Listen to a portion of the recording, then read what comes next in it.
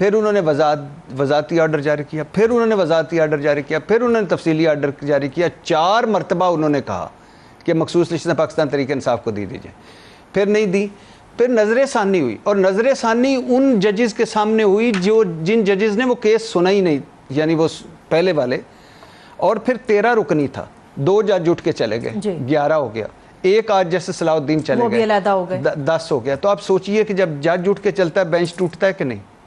کیوں نہیں ٹوٹا؟ اور پھر 10 ججز رائے انہوں نے کہا ہم نے 13 کی لے لی ہیں، پتہ نہیں کیسے لے لی ہیں۔ تو خیر 7 تفصیلی وہ پورا آئے گا نا، 7-6 سے انہوں نے ان کے حصے میں دے دی، مخصوص نشستیں 78 ہیں، یہ مال غنیمت ہے ایک طرح سے۔ اور میں اس پہ یہ ضرور کہنا چاہوں گا کہ جمہوریت، پارلیمنٹ کا تقدس، ووٹ کی عزت، آزاد عدلیہ، سب زندہ باد، انا للہ و انا الیہ راجعون۔ نہیں ایسا مت کہیں بھٹی صاحب، مال غنیمت تو تب نا کہ آپ کو ایک سامان ہے جو ایسے ہی مل رہا ہے، یہ ایک بڑے ادارے کے اندر، سپریم کورٹ آف پاکستان کے اندر آئین اور قانون کو سمجھنے والے قانون دان، آپ بینچ چھوڑ دیجئے 10 جج بھی بچے ہوں تو قانون سمجھنے والوں نے یہ فیصلہ دیا ہے۔ یہ تو نشستیں گئی ہیں نا، اس کو مال غنیمت سے جوڑنے کا کیا اس میں مقصد ہے؟ مال غنیمت تو تب ہو نا کہ جب فری میں پڑی ہوئی ہوں، یہ تو ان کو دی گئی ہیں۔ نہیں، سپریم کورٹ کا تو فیصلہ آ گیا جو میں نے بات کری۔ اب یہ ہے کہ آپ، ایک ہوتا ہے آپ کی اخلاقی جو اصول، منطق، اخلاقیات کے علاوہ کوئی رشتہ نہیں ہوتا، کوئی قانون نہیں ہوتا، کوئی رول نہیں ہوتا۔ آپ مجھے بتائیے، جے یو آئی جس کی 4 نشستیں ہوں گی اس کو 6 مل جائیں گی مزید، کبھی کہیں ہوا ہے اس طرح دنیا میں کہ آپ سے نشستیں لے کر دوسروں میں بانٹ دی جائیں؟ تو جن جماعتوں کو ملی ہیں ان کے لیے تو مال غنیمت ہے، جمہوریت ان کی زندہ باد۔ اور یہی وجہ ہے کہ ہم ایک جسٹس منیر کو رویا کرتے تھے، پتہ نہیں آگے کیا کیا ہمیں بھگتنا پڑے گا۔ اسی وجہ سے 140ویں نمبر ملکوں میں ہماری عدلیہ 128ویں نمبر پر ہے۔ اسی وجہ سے ہمارے دنیا کے جو ادارے ہیں وہ کہہ رہے ہیں آپ کی جمہوریت نیچے جا رہی ہے، آپ کی عدلیہ نیچے جا رہی ہے، آپ کے بنیادی انسانی حقوق نیچے جا رہے ہیں، آپ کی الیکشن نیچے جا رہے ہیں، آپ کے سارے انڈیکس نیچے جا رہے ہیں۔ اور اسی وجہ سے وہ حسن نثار صاحب کہا کرتے تھے کہ اس ملک میں معاشیات سب سے بڑا بحران نہیں ہے، سب سے بڑا بحران اخلاقیات ہے۔ آپ سوچئے کہ ان جماعتوں کو کس نام سے یاد رکھا جائے گا کہ جو یہ نشستیں لے لیں گے کوئی بات نہیں، اب کیا ہوگا، 2 تہائی اکثریت ہو جائے گی۔ 13 جماعتیں اس وقت قومی اسمبلی میں، 8 ہیں حکمران اتحاد، 208 نشستیں ہیں، 224 کا فگر ہے کہ وہ جو 2 تہائی اکثریت، تو یہ فگر کراس ہو جائے، کیا کر لیں؟ قانونی موشگافیاں بھی تو تھی نا بھٹی صاحب۔ آپ یہ دیکھیں نا کہ آزاد اراکین تھے، چلیے پی ٹی آئی کا ووٹ بینک تھا پورا، تو جب انہوں نے سنی اتحاد کونسل کے ساتھ جا کے اپنا الحاق کیا تو سنی اتحاد کونسل جو ہے وہ تو اس طرح سے جماعت تصور ہی نہیں کی جاتی، الیکشن میں انہوں نے پارٹیسپیٹ نہیں کیا، تو پھر پی ٹی آئی کے حصے کی ان کے ووٹ بینک کی سیٹیں سنی اتحاد کونسل کے ممبران کو کیوں دی جائیں گی؟ آپ ذرا وضاحت کریں۔ مجھے یہ بتائیے کہ آئین اور قانون میں ہے کہ پارٹی الیکشن کرائے، جی، انٹر پارٹی، مجھے بتائیں کہ کس نے آج تک اوریجنل اور سچے الیکشن کروائے ہیں؟ پاکستان تحریک انصاف نے 3 دفعہ الیکشن کروانے کی کوشش کی، نہیں ہو پائے۔ تو اس کے بعد جب الیکشن جس طرح کے کروائے، سپریم کورٹ میں آئے، اسی سپریم کورٹ نے کہا، ساری چیزوں کو سامنے رکھ کے 8-5 سے کہا کہ نہیں، حالات جو آپ بتا رہے ہیں، جس طرح آپ چیزیں کر رہے ہیں، جس طرح بلہ چھینا گیا، اس پہ بلے پہ بھی تنقید ہوئی، قاضی صاحب کے بیٹھے ہوئے بلے کے اس پہ بھی تنقید ہوئی۔ آپ کبھی سنا ہے کبھی کہ کسی جماعت کا الیکشن سے پہلے اس کا انتخابی سمبل چھین لیا جائے؟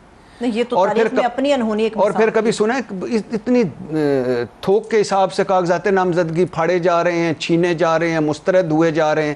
پھر کبھی پورے الیکشن کمپین میں پاکستان تحریک انصاف کو ایک جلسہ، ایک ریلی، ایک جلوس نکالنے کی اجازت نہیں تھی، کارنر میٹنگ ہوتی تھی، چھاپے پڑ جاتے تھے۔ اس کے باوجود لوگ نکلے، انہوں نے ڈھونڈ کے موریں لگائیں پی ٹی آئی کے الیکشن۔ یہ جمہوریت اس طرح پھلے پھولے گی؟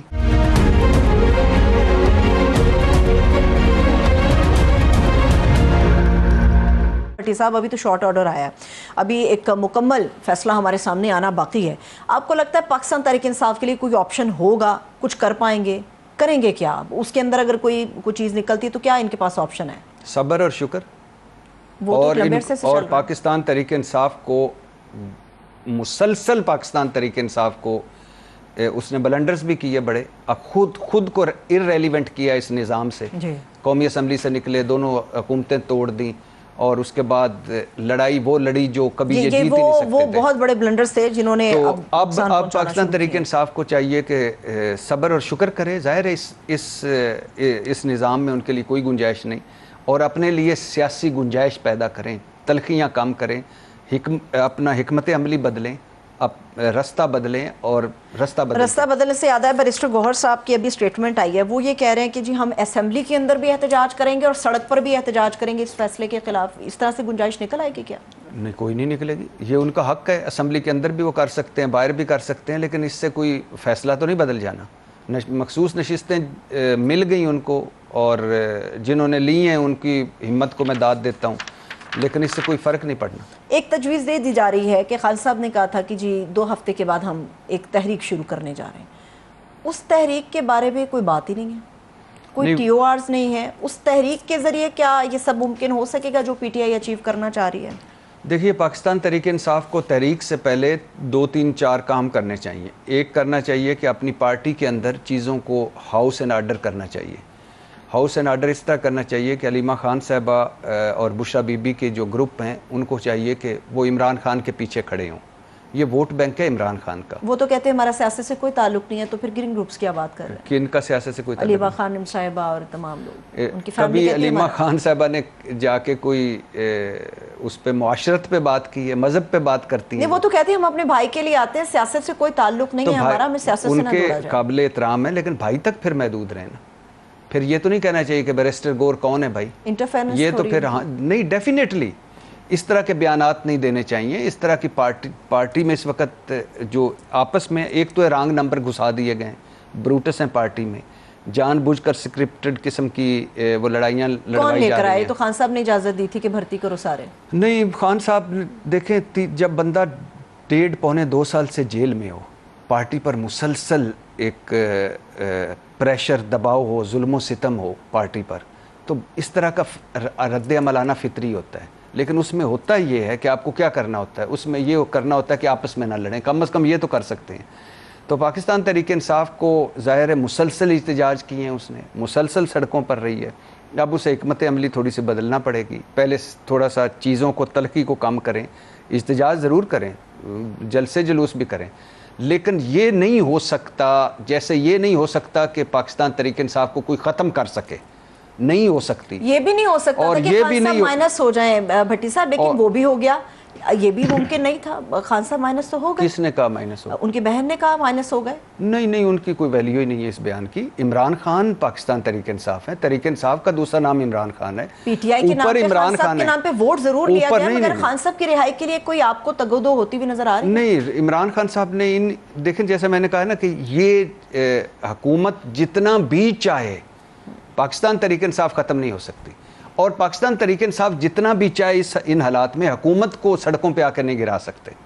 تو رستہ درمیان کا ہے. جہاں تک عمران خان نے صورتحال اس وقت یہ ہے کہ اوپر عمران خان ہے, نیچے ان کا ووٹ بینک ہے, درمیان میں پارٹی مسنگ ہے.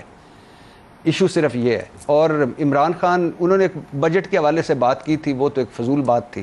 ظاہر ہے انہوں نے صوبہ چلانا تھا, بجٹ پاس کرنا تھا, عمران خان سے نہیں ملاقات کرنے دی گئی, تو ٹھیک ہے بجٹ پاس ہو گیا.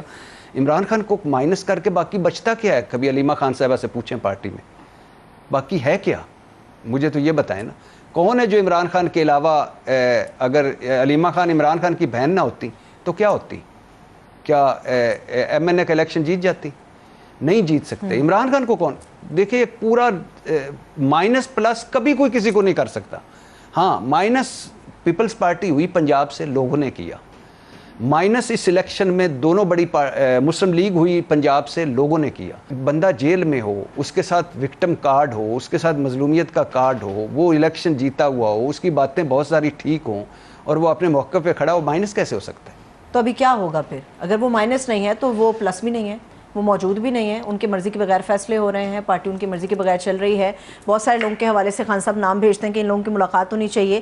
ملاقات نہ کروائی جائے وہ ایک الگ معاملہ ہے, لیکن ملاقات کے لیے پہنچتا کون ہے, یہ اپنی جگہ پر سوال موجود رہتا ہے. ان کی بہنیں وہاں تک پہنچ سکتی ہیں, تو پارٹی کے دیگر لوگ کیوں نہیں پہنچتے پھر بھٹی صاحب؟ نہیں, پارٹی کے سارے لوگ پہنچتے ہیں, بہت ساروں کو پہنچنے نہیں دیا جاتا, بہت سارے ضمانتوں کے چکر میں ہوتے ہیں, بہت ساروں کو اپنا خطرہ ہوتا ہے, بہت سارے مسائل ہیں اس پارٹی کے. لیکن اس کے باوجود عمران خان جیل میں ہے تو یہ پارٹی موجود ہے. اب تو یہ بلکہ اس طرف چلا جا رہا ہے، سوچا جا رہا ہے، اسلام آباد میں افواہیں ہیں کہ جو آگے یہ کیسز آ رہے ہیں اس میں کافی M N as Pakistan Tehreek Insaf کے نائل ہو جائیں گے ان کیسوں میں جو آگے کیس آ رہے ہیں. تو اس سے کیا ہوگا، جس طرح اب آج 2/3 اکثریت پوری ہو گئی حکومت کی، اس سے یہ ہوگا کہ دوبارہ یعنی وہ جو مسلم لیگ نون بذات خود اس کو پیپلز پارٹی سے اتحاد کی ضرورت ختم ہو جائے گی. وہ ایک جماعت ہو کے حکومت کر سکے گی اور بلاول بھٹو اپوزیشن لیڈر بن جائیں گے. یہ آگے ہوتا مجھے ایسا دکھائی دے رہا ہے. اور ان حالات میں ظاہر ہے پاکستان تحریک انصاف کو اکٹھا ہونا چاہیے اور ان کو یہ ذہنوں میں رہنا چاہیے کہ عمران خان کی وجہ سے وہ موجود ہیں، عمران خان کی وجہ سے اسمبلی میں ہیں، عمران خان کی وجہ سے پارٹی میں ہیں. تو ڈیفینیٹلی اس پارٹی اور باقی پارٹیوں میں یہ فرق جو ہمیں نظر آ رہا ہے، جس کو ہم ڈسکریڈٹ کر رہے ہیں یا کچھ کر رہے ہیں، وہ یہ ہے کہ اگر بھٹو صاحب جاتے ہیں تو نصرت بھٹو آ جاتی ہیں، بے نظیر بھٹو آ جاتی ہیں، آصف زرداری آ جاتے ہیں، بلاول بھٹو آ جاتے ہیں. وہ تو دیکھیں نا ایک موروثی سیاست کی آپ بات کر رہے ہیں. موروثی سیاست، اس میں لوگوں کو سیکنڈ سوچنے کا موقع نہیں ملتا. اس میں چونکہ عمران خان صاحب نے کسی اپنا ان کا بھائی بہن بیٹی بھانجا چاچا ماما نہیں ہے، تو اس لیے زیادہ وائسز نظر آتی ہیں، کیونکہ کسی ایک پہ سارے متفق تو ہوتے نہیں ہیں. جو پولیٹیکل ہے وہ کہتے ہیں یہ سلمان اکمل راجہ صاحب تو وکیل ہیں، 6 مہینے ہوئے ہیں ان کو آئے ہوئے. جو یہ شیر افضل مروت ہے وہ کہتے ہیں جب یہ سارے سیاستدان مشکل وقت میں لیفٹ رائٹ ہو گئے تو میں تھا جو نکلا تھا.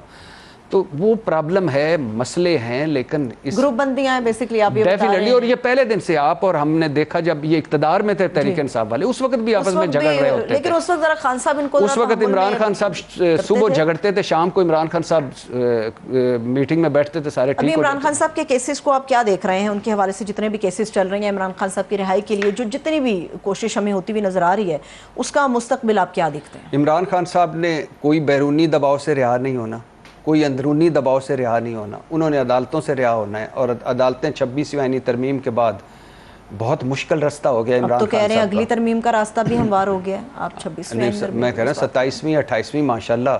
اب اصل والا آئین تو میں اور آپ ڈھونڈیں گے کسی دن مل کے، تو پتہ نہیں ملے گا کہ نہیں. تو ترمیمیں آتی رہے گی، لیکن مشکل رستہ ہے عمران خان. اب چونکہ موجودہ حکومت بھٹی صاحب ان نشستوں کو ملنے کے بعد جو ہے وہ زیادہ طاقت پکڑ لے گی، تو پھر پیپلز پارٹی اور نون لیگ کے رشتے کو آپ کہاں پر دیکھ رہے ہیں؟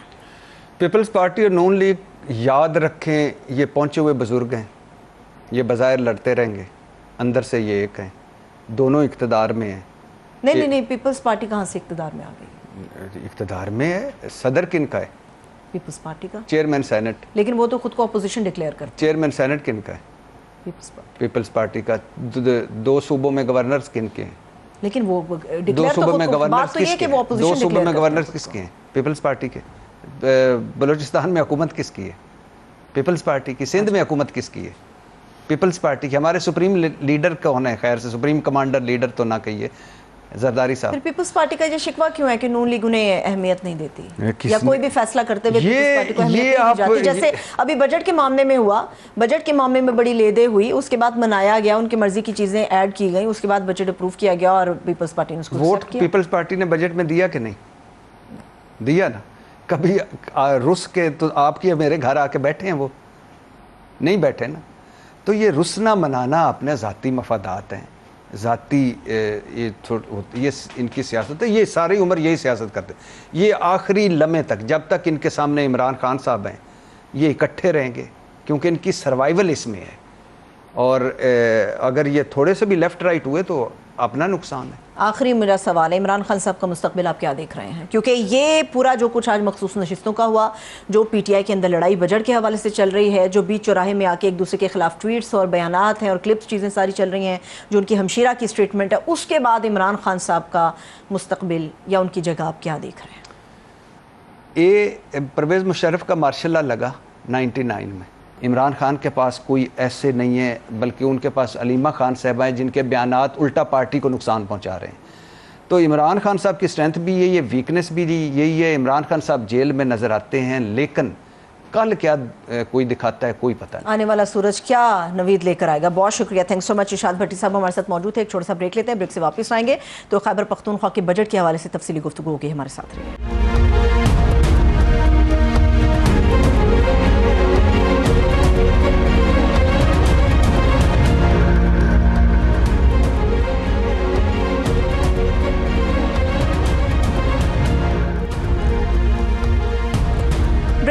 مرتبہ پھر سے تمام دیکھنے والوں کو ہم خوش آمدید کہیں گے۔ ناظرین، پاکستان تحریک انصاف کی جو اندرونی جنگ ہے مائنس عمران خان کی باتوں تک پہنچ چکی ہے۔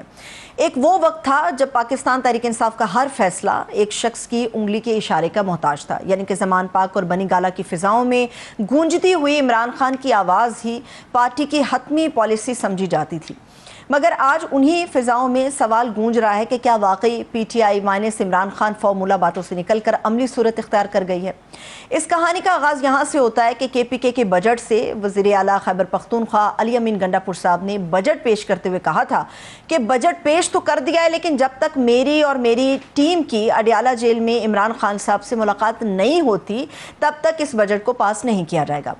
گنڈا پور صاحب نے سرکار نے یہ بھی کہا تھا کہ اگر وفاقی حکومت نے سازشیں بند نہ کی تو وہ صوبائی اسمبلی کو کسی بھی وقت تحلیل کر سکتے ہیں، لیکن پھر جیسے ہی بجٹ منظوری کی ڈیڈ لائن 30 جون قریب آئی، کے پی حکومت نے عمران خان صاحب سے ملاقات کیے بغیر اس بجٹ کو منظور کر لیا۔ یعنی وہ پی ٹی آئی جو اپنی مقبولیت اور سٹریٹ پار کی وجہ سے حکومت وقت کو پریشر میں لے آتی تھی، آج وہ خود اس پریشر کے اندر ہمیں جاتی ہوئی کیوں دکھائی دے رہی ہے؟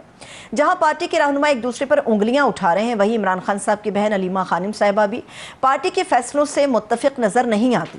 وہ آج کل نہ صرف پارٹی معاملات پر کھل کر بولتی ہیں بلکہ سب سے نازک بات بھی زبان پر لے آئی ہیں۔ وہ کہتی ہیں کہ مائنس عمران ہو گیا، جس پر علی امین گنڈا پور صاحب کا رد عمل یہ آیا کہ وہ صرف عمران خان صاحب کو جواب دے ہیں۔ علیمہ خان اور گنڈا پور نے کیا کہا یہ بھی ہم آپ کو بتائیں گے، لیکن سوال یہاں پر یہ بھی ہے کہ عمران خان صاحب کی غیر موجودگی میں پارٹی کے فیصلے کون اور کیسے کر رہا ہے؟ اگر فیصلے عمران خان صاحب کی مرضی کے بغیر ہو رہے ہیں تو پھر یہ مائنس عمران خان صاحب کی باتیں کیوں کی جا رہی ہیں؟ سوال یہ بھی اٹھتا ہے کہ کیا یہ سارا تنازع صرف اس بجٹ کے حوالے سے یا اصل کشمکش پارٹی کے اندر یعنی کہ پار پالیٹکس کے حوالے سے ہے؟ ایسے میں پی ٹی آئی کی سیاسی اور قانونی حکمت عملی پر سوالات اٹھنا شروع ہو چکے ہیں کہ پونے 2 سال میں عمران خان صاحب جیل میں ہیں مگر پارٹی ان کے لیے کوئی ریلیف حاصل کیوں نہیں کر پائی؟ ایسا کیوں ہے کہ عدالتوں سے پی ٹی آئی کو کوئی خوشخبری نہیں مل رہی، نہ ہی بیک ڈور رابطوں سے حوالے سے کوئی وے آؤٹ نکلتا ہوا نظر آتا ہے؟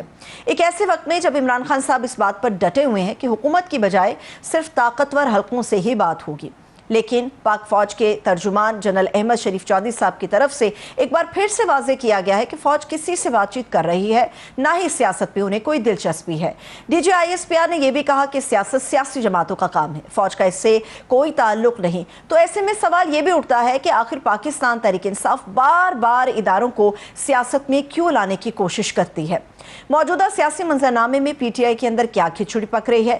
کیا آپشن باقی ہیں؟ اسی پر ہم بات کرنے جا رہے ہیں۔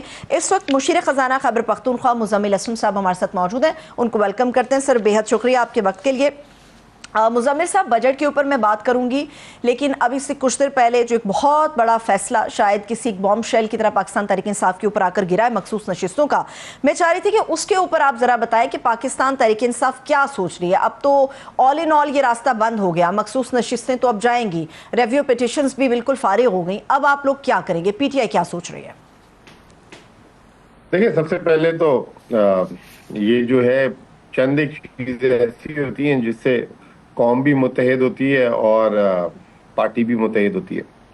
تو آج کا جو فیصلہ ہے، یہ اس فیصلے نے ایک نئی، میں سمجھتا ہوں کہ روح پھونک دی ہوگی قوم کی جو اس حکومت کے خلاف۔ اور اب آپ دیکھیں گے کہ آہستہ آہستہ جو ہے اب اس پہ جو ہے بات چیت بھی شروع ہوگی، آہستہ آہستہ کیا بلکہ آلریڈی شروع ہو چکی ہوئی ہے۔ اور شام سے جب سے فیصلہ آیا ہے تو جس سے بات ہو رہی ہے وہ غمگین ہے، اداس ہے، اور محرم کا سال شروع ہو گیا تھا، آج پہلی محرم تھی، اور اس پہ یہ فیصلہ جو ہے تو بعض دفعہ جو ہے چند ایک فیصلے وہ تاریخی ہو جاتے ہیں، اور اس تاریخ میں جس تاریخ میں کیے جاتے ہیں وہ بھی اس کو مزید تاریخی بنا دیتی ہے۔ تو یہ اتنا آسان نہیں ہے نگلنا یا ہضم کرنا، اس کی بڑی کوشش کی گئی، اور یہ کوشش جو ہے آپ کو پتہ ہے اپریل 2022 سے جاری ہے، اور رتی بھر بھی جسے کہتے ہیں اس میں ابھی تک کامیابی نہیں ہوئی۔ اگر آج بھی کوئی شک ہے تو آپ دیکھ لیں گے پاکستان کا سب سے مقبول ترین، پاپولر ترین شخص کون ہے، وہ عمران خان ہے۔ اگر آج بھی آپ جو ہے اگر خوف ہوتا، نہیں ہوتا خوف، تو آپ ملوا دیتے کل ہمیں، ہم کل بھی گئے ہوئے تھے۔ آپ خوف میں مبتلا ہیں، آپ شاید اسی لیے نہیں بلا رہے تھے جو ہم بھی کہہ رہے تھے کہ سازش نظر ہو رہی ہے آتے ہوئے، نظر آ رہی ہے ہوتے ہوئے، تو وہ آج آپ نے اس کا نتیجہ بھی سامنے دیکھ لیا، اور ہم ٹھیک ثابت ہوئے۔